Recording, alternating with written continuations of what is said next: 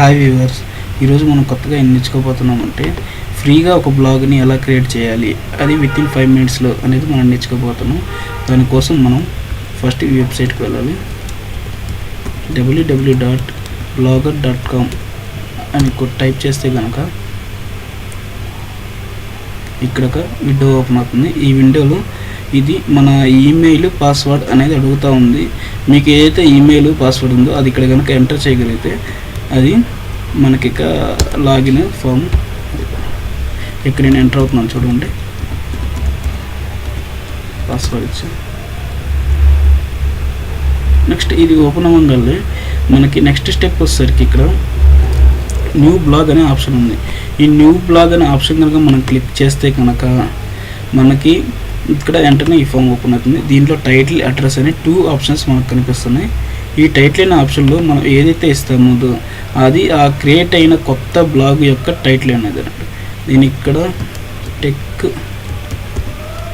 Blog in Telugu, tech blog in Telugu అని ఇస్తున్నాను.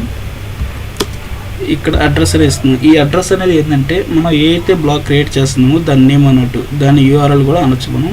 ఇక్కడ నేను అడ్రస్ ఇస్తున్నాను టెక్. ఇక్కడ కనుక మనం స్పేస్ ఇవ్వకూడదు. URLలో స్పేస్ అనేది ఇస్తున్నాము అని ఇస్తే ఇక్కడ this blog address is invalid or not support అని వస్తున్నట్టు, కనుక మనం ఇక్కడ స్పేస్ ఇవ్వకూడదు.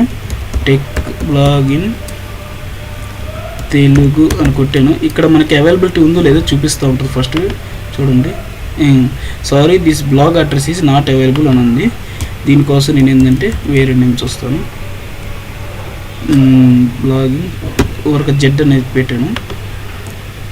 ఇక్కడ this blog address is available అని వస్తుంది. నెక్స్ట్ స్టెప్ ఏంటంటే టెంప్లెట్.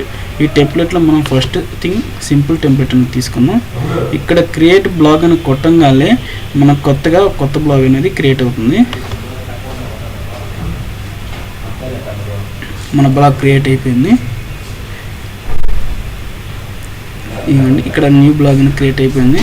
దీనికోసం మన బ్లాగ్ క్రియేట్ అయిందో తెలుసుకోవాలంటే కనుక మనం